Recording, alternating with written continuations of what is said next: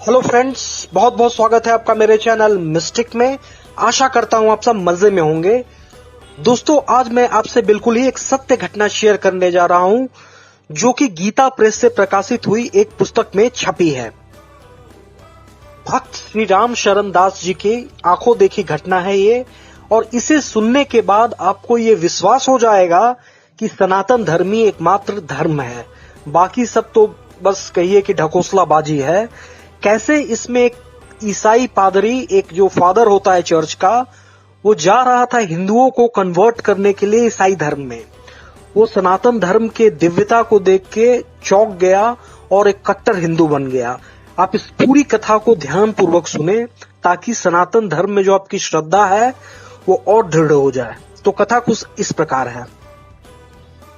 श्री राम शरण दास जी लिखते हैं, सन 1964 की फरवरी में जब मैं पिलुखुआ सनातन धर्म सभा के वार्षिकोत्सव पर पधारने के लिए प्रार्थना करने दिल्ली भूपेंद्र भवन में पहुंचा तो वहां मुझे सुप्रसिद्ध सनातन धर्मी हिंदू नेता परम श्रद्धेय श्री शिवराम सेवक जी संपादक वीर भरत के दर्शन हुए। ये उच्च कोटि के विद्वान तथा वक्ता हैं और मेरे परम मित्रों में से हैं।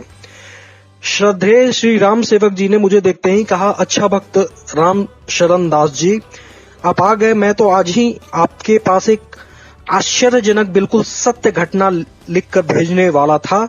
चलो, आप तो स्वयं ही आ गए हो तो उस सत्य घटना को मुझे सुनकर लिख लीजिए। भगवान श्री कृष्ण के परम पवित्र नाम में भगवान श्री कृष्ण की प्रार्थना में कैसा अद्भुत चमत्कार है तथा हिंदू लल्लाओं के पवित्र पतिव्रत धर्म की कितनी महत्ता है, यह इस सत्य घटना से एकदम सिद्ध हो जाता है। एक ईसाई लाट पादरी जो सारे हिंदुओं को हिंदू धर्म से छूट कर ईसाई बनाने जा रहा था, स्वयं कृष्ण नाम के अद्भुत चमत्कार को देखकर और हिंदू लल्लाओं के पवित्र पतिव्रत धर्म से प्रभावित होकर कैसे स्वयं ईसाई से हिंदू की शरण में आ गए, यह बिल्कुल सत्य घटना मैं आपको सुनाने जा रहा हूं। उन्होंने कहा, भक्त राम शरण दास जी, मैं सनातन धर्म प्रतिनिधि सभा पंजाब के सुप्रसिद्ध महात्मा श्री स्वामी गणेशानंद जी महाराज के साथ आसाम की ओर से ईसाइयों में सनातन हिंदू धर्म का प्रचार करता हुआ चला आ रहा हूं। मुझे आसाम प्रांत में सत्य सनातन हिंदू धर्म की अद्भुत महत्ता को प्रकट करने वाली एक आश्चर्यजनक सत्य घटना का पता लगा है जो इस प्रकार से है। आसाम की पहाड़ियों में जब ईसाई मत का बड़ा जोर बढ़ गया और हिंदू अपने पवित्र हिंदू धर्म का परित्याग करके धड़ाधड़ ईसाई बनाए जाने लगे, तब सनातन धर्म के सुप्रसिद्ध नेता भरत भूषण पूज्य महामाना पंडित श्री मदन मोहन मालवीय जी महाराज के मन में बड़ी वेदना हुई और वे सोचने लगे कि ईसाइयों के भयंकर कुचक्र से पवित्र हिंदू जाति को कैसे बचाया जाए। पूज्य महामना पंडित श्री मदन मोहन मालवीय जी महाराज ने सनातन धर्म के सुप्रसिद्ध महान विद्वान पूज्य पंडित श्री लक्ष्मी नारायण शास्त्री जी महाराज को, जो इस समय बिहार सनातन धर्म प्रतिनिधि सभा के मंत्री हैं, वहां पर भेजा कि वे वहां रहकर आसाम में ईसाई मत का डट करके मुकाबला करें, हिंदुओं को ईसाई होने से बचाएं और उनमें सनातन हिंदू धर्म का प्रचार करें। पूज्य पंडित श्री लक्ष्मी नारायण शास्त्री जी महाराज ने वहां निरंतर 7 वर्षों तक रहकर आसाम की पहाड़ियों में खूब डटकर काम किया। उन्होंने एक ऐसी योजना बनाई कि नौगांव में एक बड़ा भारी विराट हिंदू सम्मेलन किया जाए और हिंदू महासभा के महान तेजस्वी नेता स्वर्गीय माननीय डॉक्टर श्री BS मुंजे को, जो उस समय जीवित थे, इस विराट हिंदू सम्मेलन का सभापति बनाया जाए। पूज्य पंडित श्री लक्ष्मी नारायण शास्त्री जी महाराज हिंदू सम्मेलन का प्रचार करने तथा हिंदू सम्मेलन के लिए धन एकत्र करने हेतु दौरा करने लगे। जब वे जयंतिया की पहाड़ियों में पहुंचे तो वहां रास्ते में एक नदी पड़ता था। किश्ती नाव के पार होने में बड़ी देर हो गई और रात के लगभग 8 बज गए। वहां अपना कोई भी परिचित व्यक्ति नहीं था, इसलिए एक बड़ी ही विकट समस्या उनके सामने आ पड़ी। वे सोचने लगे, अब रात को कहां जाकर ठहरा जाए। पहाड़ियों का रास्ता भी वे नहीं जानते थे। उन्होंने जो अपनी दृष्टि उठाकर देखा तो उन्हें सामने एक लैंप जलता हुआ दिखाई दिया। बस फिर क्या था, पूज्य शास्त्री जी महाराज ठीक उसी ओर चल दिए। वहां पहुंचकर देखा कि वह ईसाइयों के एक बहुत बड़े लाट पादरी की कोठी है। वे लाट पादरी उस समय अपनी उस कोठी के ऊपर बैठे हुए थे और उन्होंने जब सामने से एक आदमी को अपनी ही कोठी की ओर आते हुए देखा तो जोर से आवाज दी, कौन हो तुम? शास्त्री जी महाराज अभी चुप ही थे, कुछ बोले नहीं। यह देखकर उस पादरी का पारा बड़ा गर्म हो गया और वे गुस्से में भरे कोठी से नीचे उतर आए और शास्त्री जी महाराज से ऐसा क्रोध में भरकर बोले जैसे कि वे शास्त्री जी महाराज को खा जाएंगे। समीप आकर उन्होंने फिर जोर की आवाज दी कि तुम बोलते क्यों नहीं हो, तुम कौन हो? जवाब मिला, पंडित लक्ष्मी नारायण शास्त्री।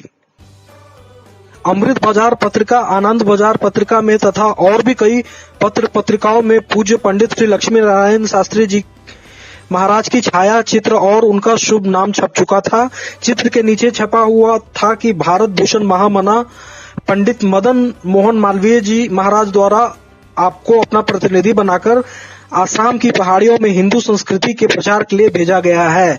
वे लाट पादरी, अमृत बाजार पत्रिका, आनंद बाजार पत्रिका आदि में पूज्य शास्त्री जी महाराज के छाया चरित्र और उनके संबंध का यह समाचार देख और पढ़ चुके थे और आपके शुभ नाम से भी सुपरिचित हो चुके थे। इसलिए जब उन्होंने सुना कि अंगुतक का नाम पंडित लक्ष्मी नारायण शास्त्री है तो झट से उनका सारा क्रोध बिल्कुल शांत हो गया और उन्होंने तत्काल अपने सिर का हैट उतारकर एक ओर रख दिया और उन्हें बड़ी श्रद्धा भक्ति के साथ साष्टांग दंडवत प्रणाम किया। फिर शास्त्री जी महाराज को श्रद्धा विवल होकर अपनी छाती से लगा लिया और उनके प्रति बहुत ही आदर और प्रेम प्रकट किया। तदंतर उन्हें वे तुरंत अपनी कोठी में ले गए और उन्होंने खाने के लिए उनके सामने फल ला करके रख दिए तथा उनसे उन फलों को खाने की करबद्ध प्रार्थना की। वे लाट पादरी बड़े बुद्धिमान थे और यह भी भली भांति जानते थे कि ये शास्त्री जी महाराज कट्टर सनातन धर्मी ब्राह्मण हैं, उच्च कोटि के महान विद्वान हैं। ये विदेशी और विधर्मियों के हाथों का कुछ खाना पीना स्वीकार न करेंगे।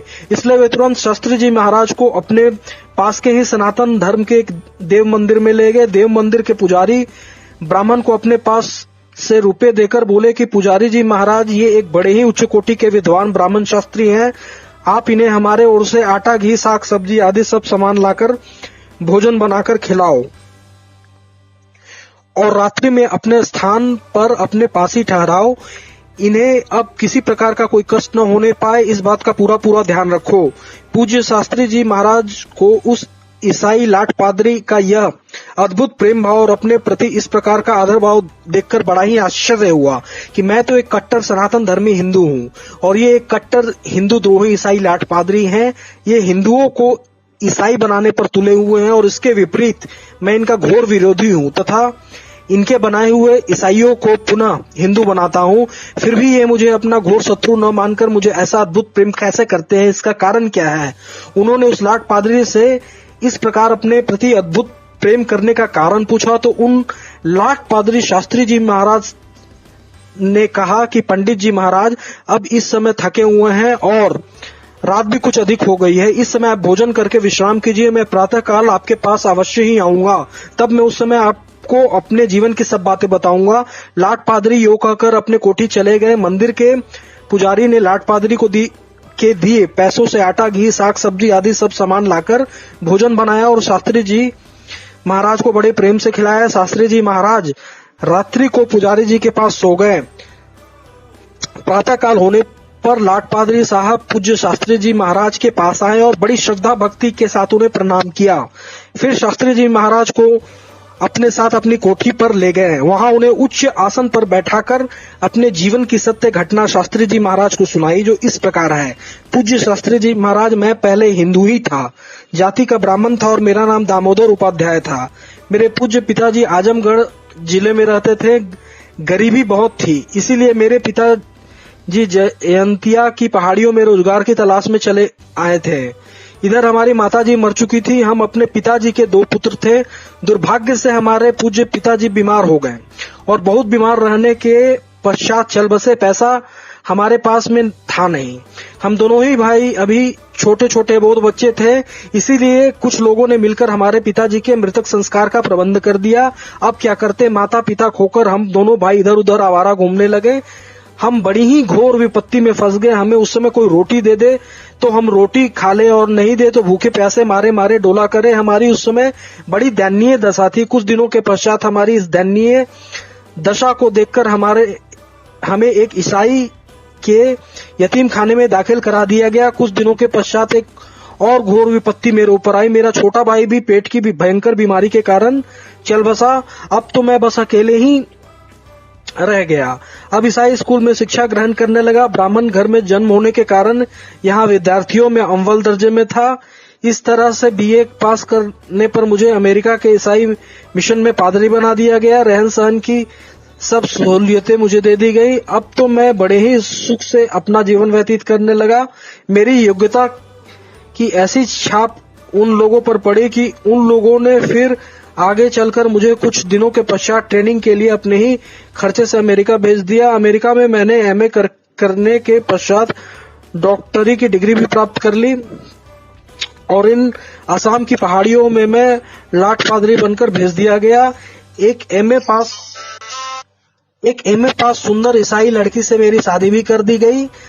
अब तो मैं बड़े ही ठाट बाट से आदर पूर्वक रहने लगा। मेरा जीवन सुख पूर्वक व्यतीत होने लगा। कुछ दिनों के पश्चात मैं अकस्मात क्षय टीबी रोग हो गया। मेरी वह बीमारी आगे चलकर यहाँ तक बढ़ गई कि मेरे मुख से खून आने लगा। मैं अब तक भ्रम से अपनी जिस स्त्री को अपने प्राणों से भी प्यारी समझा करता था और जो कल तक मुझसे बहुत स्नेह और प्रेम करती प्रतीत हुआ करती थी, अब वही स्त्री मुझे तपेदिक रोगी समझकर मेरे पास तक भी आने के लिए तैयार नहीं होती थी। जिस कमरे में मैं बीमार पड़ा रहता था वह उस कमरे के अंदर भी नहीं आती और दरवाजे से बाहर खड़ी होकर दूर से ही मुझे पूछा करती कि कहो डॉक्टर क्या बात है। वह मुझे रोज रोज ताने पर ताने देकर कहा करती कि तुम अस्पताल क्यों नहीं दाखिल हो जाते, अस्पताल में दाखिल हो जाओ, तुम्हें तापेदिक की बड़ी बुरी बीमारी है, इसके कीटाणु यहाँ सारा कमरा और सारा घर भर देंगे, फिर हमारे लिए भी जिंदा रहना मुश्किल हो जाएगा। वह हर रोज आती और आकर बराबर यही सुनाया करती। वह मुझसे बड़ी घृणा किया करती और मेरी सेवा शुश्रूषा करना तो दूर रहा, मेरे प्रति बड़े ही क्रूर शब्दों का प्रयोग किया करती। आखिर मैं उससे बहुत परेशान हो गया और जाकर एक अस्पताल में भर्ती हो गया। उस अस्पताल में वह बहुत कम आती और जब आती तब पास न आकर दूर से ही एक और खड़ी होकर नर्स से पूछती, कहो डॉक्टर क्या हाल है। कभी कभी दरवाजे पर दूर खड़ी होकर पूछ लेती, कैसे हो डॉक्टर। अब तो मेरे होश ठिकाने आ गए। मैं जो पाश्चात्य सभ्यता के रंग में रंगकर हिंदू धर्म, हिंदू जाति और हिंदू सभ्यता संस्कृति को बड़ी ही घृणा की दृष्टि से देखा करता था और ईसाई संस्कृति को ही सब कुछ समझकर उस पर बड़ा फिदा रहता था, अब तो मेरी आंखें खुल गई और मुझे ईसाई संस्कृति से घृणा हो गई। हिंदू संस्कृति की अद्भुत महत्ता मेरी समझ में आ गई। उस समय वे बड़े पवित्र भाव मेरे सामने आए कि आज यदि मेरा विवाह किसी सनातनी हिंदू घराने में हुआ होता तो हिंदू नारी कितने स्नेह से तन मन धन लगाकर मेरी सेवा शुश्रूषा करती।